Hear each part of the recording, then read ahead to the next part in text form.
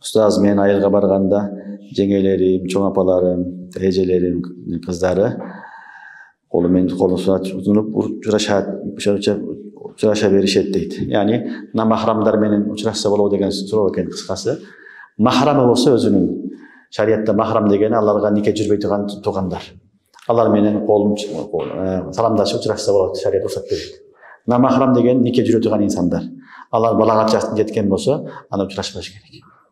Тууган болсо деле ассаламу алейкум деп коесуң, болду.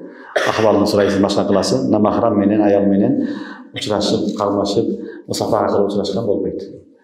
Балагат жеткен болсо. Дуба кайсы учурда кабыл болушу шексиз дейт. Дуба хадисте пайгамбарыбыз саллаллаху алейхи вассалам 5 вакыт намаздан кийин деген. 5 вакыт намаздан кийин дуа кабыл болуп аткан учурлар, ошондой эле азандан кийинки учурлар, түндүн жарымындагы учурлар, кыскасы дуанын шарттары табылган болсо, дуа баарын кабыл болот. Дуа кабыл болду деп ишениш керек, шектенбеш керек. Аллах субханаху ва таала дуаны сөзсүз кабыл кылат. Бирок маселе сен сураган нерсени бербейби, ал Аллахтын иши.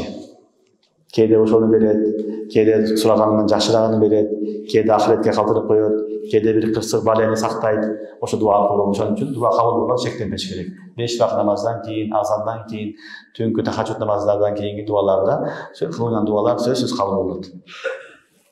Ассаламу алейкум, устаз, такбалык тууралуу айтып бериңиз дейт. Такбалык балдар бул такба деген сөз коркуу деген сөз. Такбалыкка көп амал кылыш шарт эмес. Коркуу көп болуш керек. Бүгүн көпчүлүк адамдар түшүнүп калган, көп амал кылыш керек деп түшүнөбүз. Жок, такбалыкка негизги нерсе бул коркуу керек. Алладан коркуп, күнөөдөн сактанса, ушу такба. 5 вакыт намаз окуйт. Башка көптөр амал кылбайт, бирок Алладан коркот. Ал-муттақи. Бир адам 5 вакыт намаз окуйт, башка амалдардан калтырбайт, тахажжуду бар, зикири бар, башкалары да бар, бирок күнөө да кыла берет. Ал-муттақи эмес. Ал-муттақи эмес. Муттақи болуш үчүн шарт такбада эки маана бар. Коркуу дегенде маанасы бар. Ошо коркуу шарт. Алладан коркуп, күнөөдөн сактануу. Ошон үчүн көбүрөөк Алланын азаматын эстеш керек. Алланын күчтүүлүгүнү, Алланын улуктуулугуну, Алланын каарынын азабын эстеп коюш керек. Алладан коркуш керек. Алладан корккон сайын иншалла Аллах субханаху ва таала такбалык насип кылат.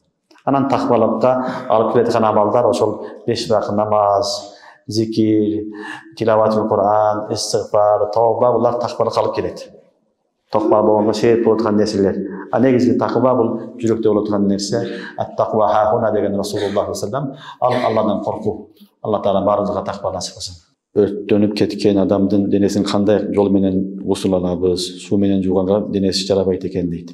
Эгерде жарабай аткан болсо, дене жууш мүмкүн болбосо, анда сакыт болот жууш. Аны уламалар айтат, үстүнөн эле суу чайкап койсун дейт. Ошол бир пленканы бирдекени кийгизип туруп, ошонун үстүнөн сууду агызып жууп койсо болот. Мен мамлекеттик жумушта иштейм дейт. Анча мынча директордун кабинетинде турган документтерди окуп коём. Эч кимден сурабай эле дейт. Бул кандай болот дейт. Негизи бирөөнүн сыры болсо аны окубаш керек.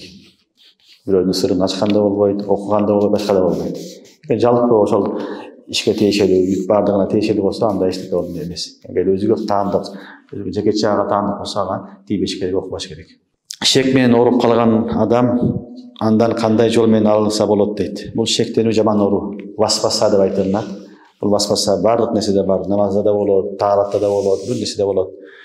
Анын жолу неде шектенип аткан болсо, ошону таарат алды мисалда. Тааратта шектенип атат. Колумду жуудумбу, суу тийдиби, тийбедиби, бутума суу тийдиби, тийбеди деп шектене берет.